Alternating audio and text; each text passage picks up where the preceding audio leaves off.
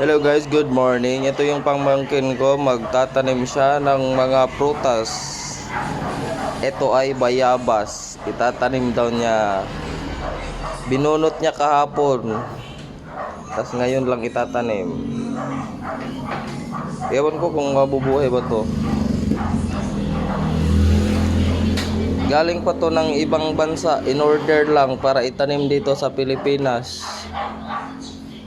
Pag namunga to parang balde. Kaya bilisan mo na dito. Sa lupa lang to itatanim.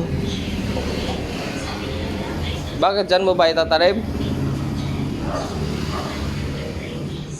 Paano lalaki yan kung dyan mo itatanim sa basket? Hello guys, andito na.